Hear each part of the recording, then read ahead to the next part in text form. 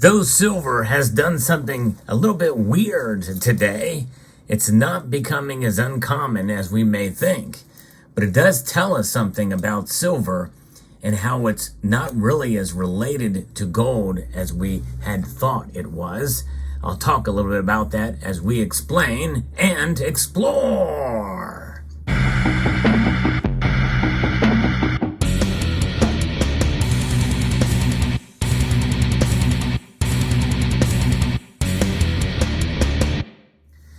Yeah, silver is acting very strangely today. It is moving in the exact opposite direction of gold by a measure here. It's up 3 cents as I record this video. If you enjoy videos like this where I talk about the markets and the fundamentals and also encourage you as you engage on your precious metals journey, I hope you will consider subscribing to the channel and pressing that thumbs up button below and sharing the videos as well. It really does help. I'm trying to grow the channel, but I'm also trying to get the word out to give a more balanced view on precious metals. Why do I do that? Well, because I believe that precious metals, gold and silver, sell themselves. So I like to talk about the fundamentals as well as the movement of the markets from day to day, month to month, and year to year. So here is where silver is sitting right now. It is up marginally, up 3 cents today. Now, that's not really that big of a deal. It's just above 1/10 of a percentage point, trading at $23.18. But the reason why it's a little unusual is because gold is actually down. And gold is down about 0.5 percentage point. So gold is dropping at a faster rate than silver is rising, at least today. Gold down almost $10. $9.20 is where gold has dropped today. And silver, and that brings it down to $1,913.60.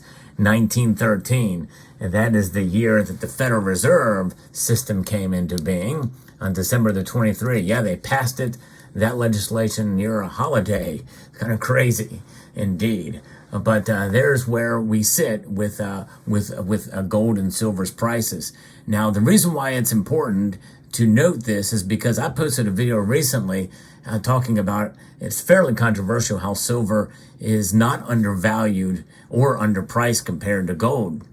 The reason why I say that is, well, in a nutshell, because it's becoming a larger and wider chasm between the two metals and how they are valued or how they are seen in the marketplace. And that is going to be the major driver for the price. Now, what do we know about what drives the price of gold?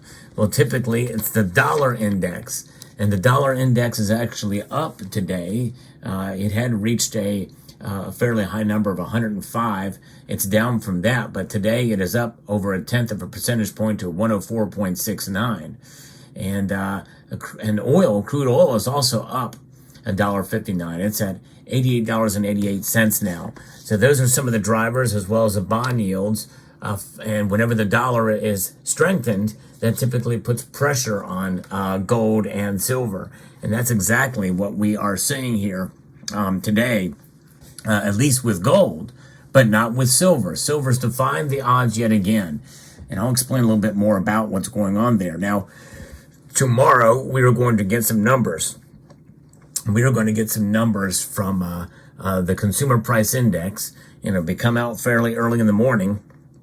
And most are expecting that we are going to see inflation actually continue to tick up by 0.2 of a percentage point. It'll be very interesting to see what happens with those numbers. My guess is it'll be somewhere thereabouts, but it may not be as bad. In other words, it may go up 0.1 of a percentage point to 3.3 and maybe not 3.4. In fact, I'm predicting it's going to be 3.3, which is still an increase in inflation, faster rate month over month than it was last month at 3.2%, which is 0.2 above where it was at 3%. So inflation is persistent, and there are some statistics out there. In fact, if you measure with an organization called Shadow Stats, if you measure inflation as to what it would have been measured back in the 80s, last time when it got this high, it's around 14%. That's because they're not including, and they're cooking the books with the numbers Yes, right. The Bureau of Labor Statistics are the chefs at the Cook the Books Club. So it makes it's worse than what it actually is. And that's kind of a shame that's kind of where we are at nowadays, where they are doing that, because we're not really getting a true sense of how bad things are in terms of inflation out there, which means that if it's going up to 3.3%, tomorrow, or higher than 3.4%, that's going to be that's going to put a lot of pressure on the Fed to try to tamp this down even more, which means that they may actually raise rates. And again, another quarter point. Now, let's talk a little bit about where the target is. Most people, in fact, it's been fairly consistent over the last couple of weeks, think that the Federal Reserve is going to pause or a skip. We've heard that. There is actually a difference between pausing and skipping, and based off of a recent video I did with an analyst that talks a little bit about this, that they may skip raising rates this time and may get it when they meet again in November. We'll find out. But nonetheless, 93%, and this has been consistent, think that the Federal Reserve is going to skip raising rates this time. 7%, only 7% say that they will raise rates a quarter point. Nobody is predicting that it's going to go above that. So we'll see how it plays out. But it's fascinating, and this is something that's having a great effect on the market. But if it starts to turn around, watch out, because I think we'll probably see both gold and silver go down. Now, what typically happens when gold and silver falls or rises? Typically, when gold rises, silver rises much more, and it does it based off of the fundamentals of its familiarity and its similarity with gold, but also because of its an industrial aspect as a commodity. There's so much more going on with silver than gold. Silver is the most versatile metal out there in the periodic table. Hands down, no other metal compares. It may not be the most used, like copper or iron, but it is the most versatile, which means that the marketplace for it is relatively complex. Makes it very difficult to predict, and it becomes fairly volatile. However, it does have intrinsic value. That intrinsic value is based off of the historical value of the metal that has been fairly persistent throughout the ages. Yea, though the price may fluctuate from that value. How do you really measure that value? Well, that is in a general consensus among folks. In fact, when silver's price was low, in fact, even when it was slammed down to under $12 an ounce at the very beginning of the pandemic, what did we see people do? We started to see them pay much more for silver.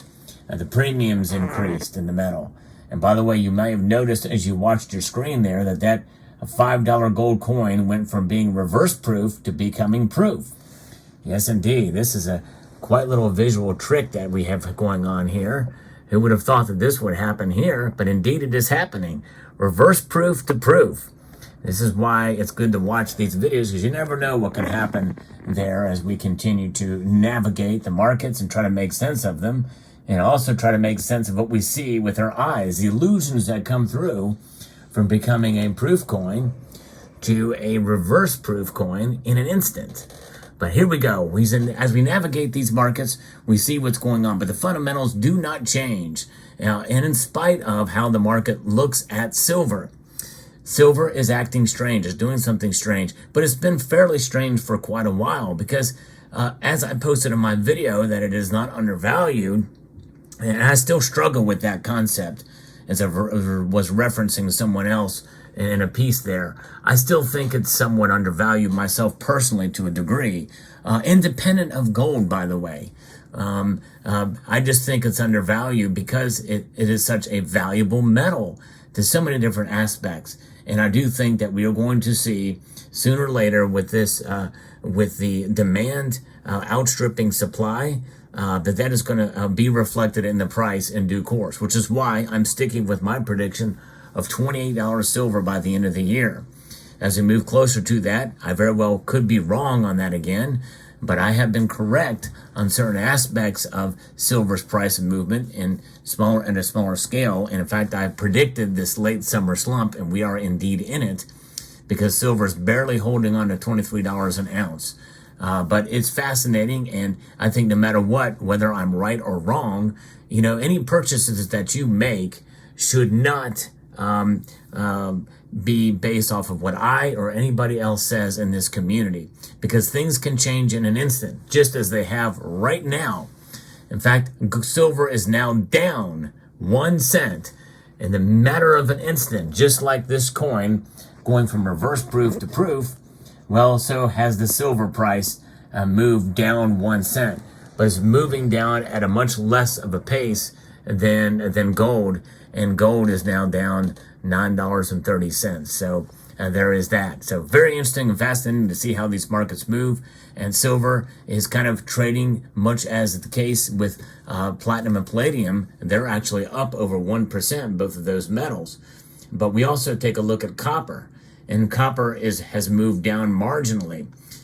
Silver and copper are similar in that they're both industrial metals. So sometimes we can kind of pretend and see we can make sense based off of what copper is doing. That's one metric, one of many that can have an effect on the price of silver. Now, in closing, I want to say this: what trumps it all? Pun intended, no presidential reference made there. But what trumps everything in terms of the markets for any commodity, any stock, any investment out there? It's psychology. The psychology, and that's very difficult to really measure. You can look at trend lines, you can look at technical analysis and the like, but when it all is said and done, it's all about what people feel. Feelings don't care about facts. You've heard the saying that facts don't care about your feelings, but when it comes to the markets, feelings don't really care about the facts.